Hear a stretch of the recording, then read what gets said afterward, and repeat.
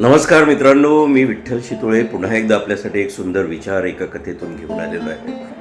कथा खूप सुंदर आहे, कोणी लिहिली माहीत नाही, परंतु माझ्याच जेव्हा ऐकण्यात आली तेव्हा म्हटलं ही इतरांना सुद्धा दिली गेली पाहिजे. का बरं आपण गुरुच्या चरणावरती गेलं पाहिजे? काय मिळतं तिथे गेल्यानंतर?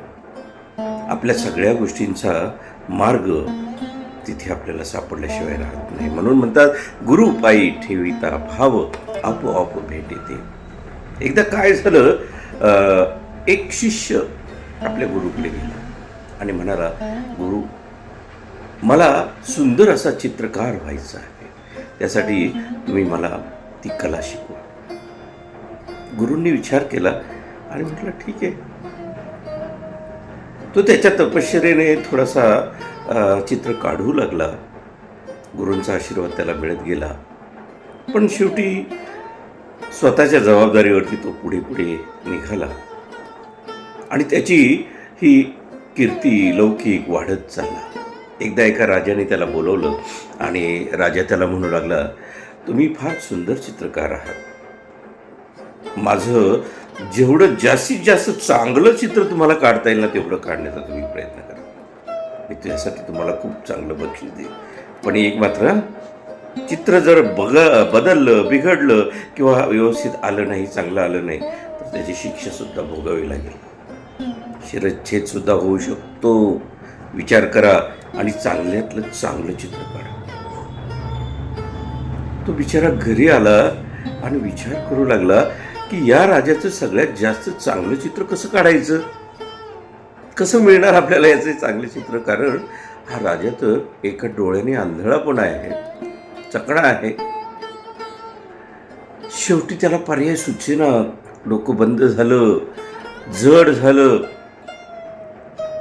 पण विचार आला, चला आपण आपल्या गुरूंकडे जाऊ.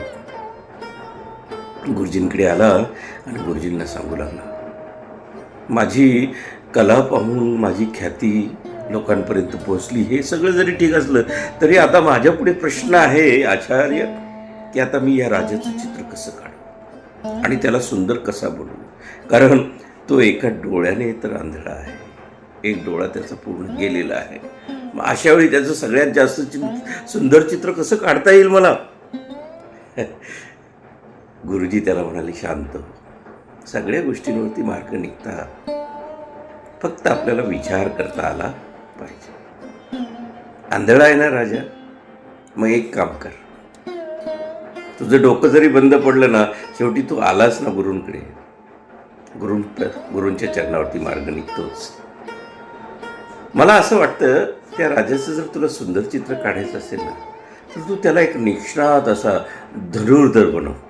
आणि धनुर्धर काय करतो माहिती का म्हटले, एक डोळा झाकतो आणि दुसरा डोळा उघडा ठेवून बरोबर बाण सोडतो. तू त्या टाईपचं चित्र काढ. आणि गुरुजींची ही कल्पना त्या शिष्याला खूप आवडली आणि त्या राजाचं त्याने असं सुंदर असं धनुर्धर म्हणून चित्र काढलं आणि ते राजाला इतकं आवडलं आणि राजाने त्याला बक्षीससुद्धा दिलं. बघा, शेवटी मार्ग कुठे निघाला, गुरूंच्या चरणावरती. म्हणून आपणही आपल्या गुरूंना तेवढं स्थान दिलं पाहिजे. नमस्कार सर्वांना, मनापासून धन्यवाद.